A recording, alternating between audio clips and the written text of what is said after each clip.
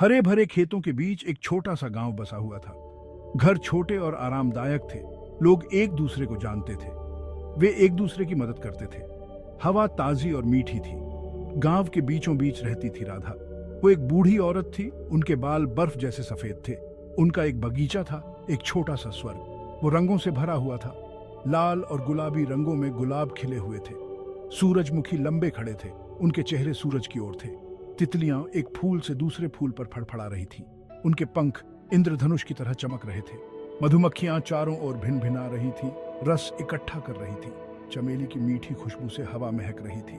राधा का बगीचा गांव की सबसे सुंदर जगह थी। एक धूप वाली दोपहर मोहन नाम का एक जवान लड़का राधा के बगीचे के पास खेल रहा था। मोहन एक जिज्ञासु लड़का था। हमेशा कुछ नया सीखने के लिए उत्सुक रहता था। वो बाढ़ से झांक रहा था। जीवंत फूलों को देखकर मंत्रमुग्ध था।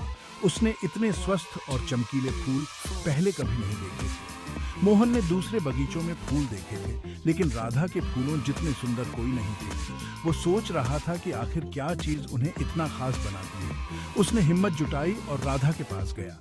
राधा अपने गुलाबों की देखभाल कर रही थी। उनका झुर्रियों वाला चेहरा मुस्कान से खिल उठा। राधा आंटी, मोहन ने पूछा, आपके फूल इतने सुंदर क्यों हैं? राधा हंसी, उनकी आंखें चमक उठी। ऐसा इसीलिए है क्योंकि मैं उनसे बात करती हूँ मोहन, उसने गुलाब की झाड़ी की हल्के से छटाई करते हुए कहा। मोहन की आंखें हैरानी से चौड़ी हो गईं। उनसे बात करती हैं? उसने दोहराया, लेकिन कैसे? राधा ने अपने बगल में धरती पर हाथ फेरा। आओ मेरे पास बैठो, उसने निमंत्रण दिया। मोहन बैठ गया, उसका रहस्य जानने के लिए उत्सुक। हर सुबह, राधा ने शुरू किया, मैं अपने फूलों को कहानियां सुनाती हूँ। मैं उन्हें अपने सपनों, अपनी आशाओं और अपनी यादों के बारे में बताती हूँ। मोहन मंत्रमुग्ध होकर सुनता रहा। फूल सुनते हैं मोहन, राधा ने आगे कहा, और वे हर कहानी के साथ और भी खिल उठते हैं। भाग 4, सपनों और कहानियों का बगीचा। उस दिन से मोहन राधा के बगीचे का नियमित आगंतुक बन गया। वो पौधों को पानी देने, खरपतवार निकालने और पेस्की कौवों को भगाने में उसकी मदद करता था। लेकिन सबसे महत्वपूर्ण बात, उसने फूलों को कहानियां सुनाना सीखा। वो उन्हें अपने कारनामों, अपने दोस्तों और शिक्षक बनने के अपने सपनों के बारे में बताता था।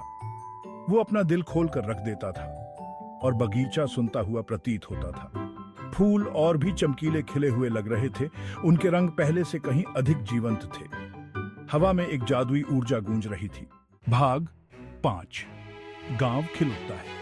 राधा के जादुई बगीचे और फूलों से बात करने वाले उस जवान लड़के के बारे में पूरे गांव में बात फैल गई। जल्द ही दूसरे बच्चे भी आने लगे। उन्होंने भी फूलों को अपनी कहानियां सुनाना सीखा। बगीचा साझा सपनों, हंसी और कहानियों का स्थान बन गया। यह एक ऐसी जगह थी जहां कल्पना फूलों की तरह खिलती थी। राधा का बगीचा, जो कभी व्यक्तिगत शांति का आश्रय था, अब पूरे गांव के लिए खुशी और प्रेरणा का स्रोत था। और यह सब एक कहानी से शुरू हुआ।